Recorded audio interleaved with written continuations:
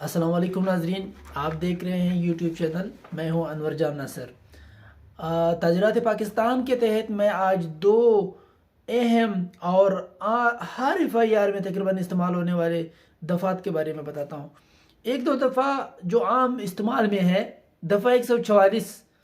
دفعہ 144 لگاتا کون ہے، لگاتے کیوں ہے، کن کے لیے لگاتے ہیں، کون سے لوگ ایسے ہیں جو دفعہ 144 سے خود کو بچا سکتے ہیں، کون سے ایسے لوگ ہیں جنہیں پتہ تک نہیں ہے اور غلط فہمی میں آ کے دفعہ 144 میں پھنس جاتے ہیں۔ آئیے آج بچنا چاہتے ہیں۔ اور ایک دفعہ ہے ہر FIR میں تقریباً آپ نے دیکھا ہوگا، دفعہ 34 کیا ہے دفعہ 34 اور کون لوگ لگاتے ہیں دفعہ 144 اور ہوتا کیا ہے۔ دفعہ 34 عام لفظوں میں، آسان لفظوں میں کوشش کرتا ہوں کہ سب سمجھ جائیں۔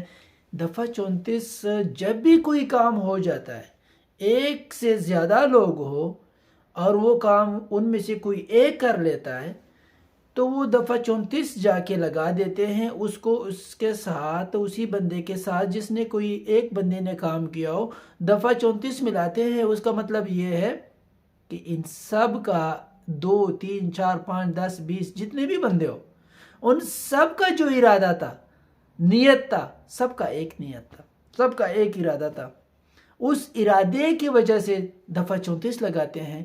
قانون کے الفاظ میں انہیں کامن انٹینشن کہتے ہیں، ٹھیک ہے، کہ ان کا جو نیت تھا، انٹینشن تھا، وہ سب کا کامن تھا، ایک تھا۔ اور دفعہ 144 پھر جب بھی کسی علاقے میں وبا پھوٹ جاتا ہے، جب بھی اس علاقے میں کوئی پریشانی بنے، جب بھی اس علاقے میں کوئی ایسے اکٹھ 5 یا 5 سے زیادہ لوگ یا پھر ڈبل سواری، وہ 5 یا 5 سے زیادہ لوگ، نہ تو 5 لوگ یا 5 سے زیادہ لوگ اکٹھے ہو سکتے ہیں اور نہ ہی وہ لوگ کوئی ایسی چیز ساتھ لے کے جا سکتے ہیں جیسے بندوق، خنجر، کوئی بھی ایسی چیز جس سے جا کے کسی کو ہٹ کرے، مارے اور اس کی قتل لاحق ہو سکتی ہے، وہ استعمال نہیں کر سکتے۔ دفعہ 34 کسی بھی کیس میں، بڑے کیس میں، چھوٹے کیس میں، وہ جو باقی دفعات لگے ہوتے ہیں اس کی نوعیت دے کے، اس FIR کی نوعیت دے کے وہ پھر اس طرح اس کی سزا بھی تبدیل ہوتی رہتی ہے۔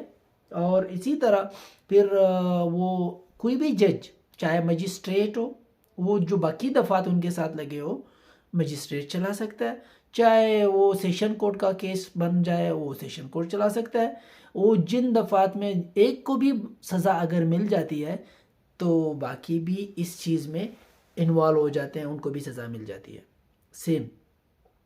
اور دفعہ 144 میں کم از کم نہیں بلکہ زیادہ سے زیادہ 2 سال تک قید ہو سکتا ہے، اور 2 سال کے ساتھ ساتھ یہ دفعہ یہ بغیر کسی وارنٹ کے آپ کو گرفتار کر سکتے ہیں، اور یہ مجسٹریٹ چلائے گا۔ آپ کو جرمانہ بھی ہو سکتا ہے، آپ کو 2 سال قید بھی ہو سکتا ہے زیادہ سے زیادہ، اور آپ کو دونوں قید اور جرمانہ دونوں بھی ہو سکتا ہے۔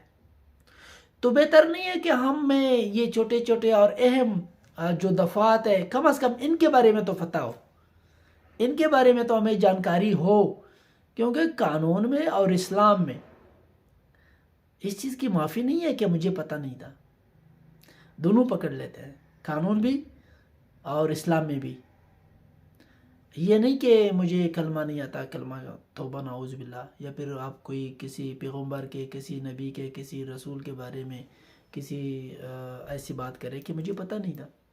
وہ نہ پتہ ہونے کی جو بات ہے وہ ناقابل قبول ہے۔ قانون بھی یہی ہے کہ جو آپ کو نہیں پتہ ہم بتا دیتے ہیں۔ میں کوشش کروں گا کہ آپ تک آسان لفظوں میں قانون آپ تک پہنچا سکوں۔ تھینک یو آپ سب کا، انور جان، اللہ حافظ۔